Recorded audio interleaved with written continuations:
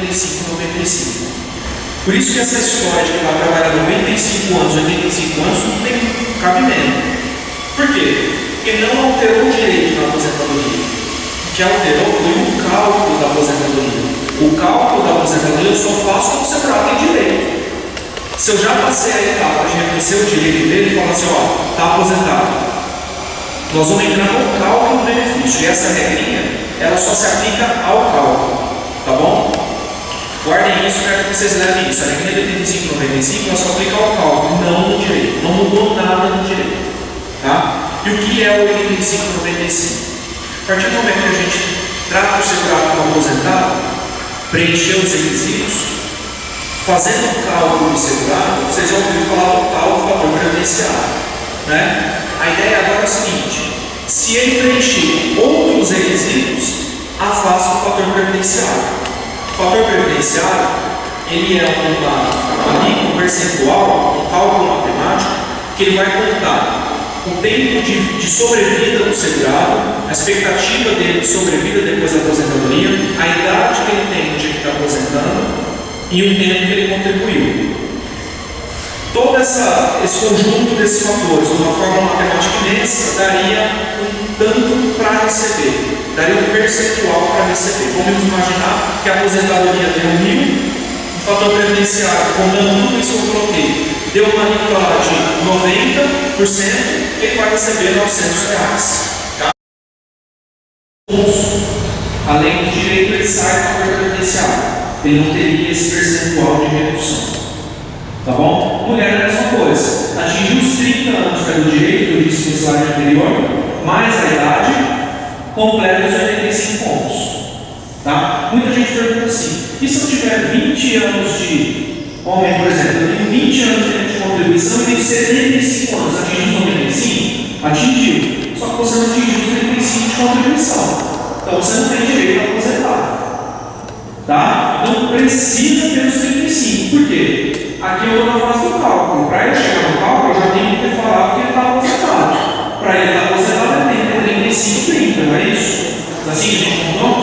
Então, a idade pressupõe os 35 e os 30 para atingir o 85 e 95. Isso é importante também, a gente tem muita dúvida nesse sentido. Tá? Não é só atingir os 85 e 95, ele precisa ter o direito. O direito não mudou. O direito continua com 35 e 30. 35 para o homem e 30 para a mulher. Tá bom? Muita gente acha que pode previdenciar só diminuir a aposentadoria. Realmente, na prática, a maioria das aposentadorias ela tem um valor mitigado mesmo. Mas o valor previdenciário, por essa fórmula matemática, ele pode aumentar a aposentadoria também, e acontece na prática. Tá? Por quê? Porque ele leva em conta a idade que a gente diz. Infelizmente, a gente não conseguiu dar o direito de benefício para ele. Tá? Outra coisa, não pode ter perda da guarda do filho e também o pai não pode abandonar o filho, né? Isso é até meio lógico. Já pensou? O pai abandona o filho e vai pedir salário de maternidade. A lei veda totalmente. O pai tem que realmente, por quê? Porque é o período para você ficar com seu filho. Se ele pegou o filho para outra pessoa, tem que se pagar salário de maternidade para ele. Tá bom? A maioria das mulheres são seguradas. Nasce uma criança, nasceu daqui uma semana, ela é adotada. E a mãe morre, tem benefício. Como que é? A mãe adota um recém-nascido. Tá. E aí ela tem que falecer. Existe um benefício? A mãe falece? Não, a mãe não. O recém-nascido faleceu? Ela. Tem um casal. Tá, o casal adotou, aí a mãe faleceu. É a mesma ideia. É a mesma ideia. A mãe tem direito como adotante. Né? Se a mãe faleceu, o pai é segurado, é a mesma coisa. É a mesma ideia. Aplica do mesmo jeito. O salário da maternidade é pago para quem adotar ou para a gestação, né? Ou para o parto.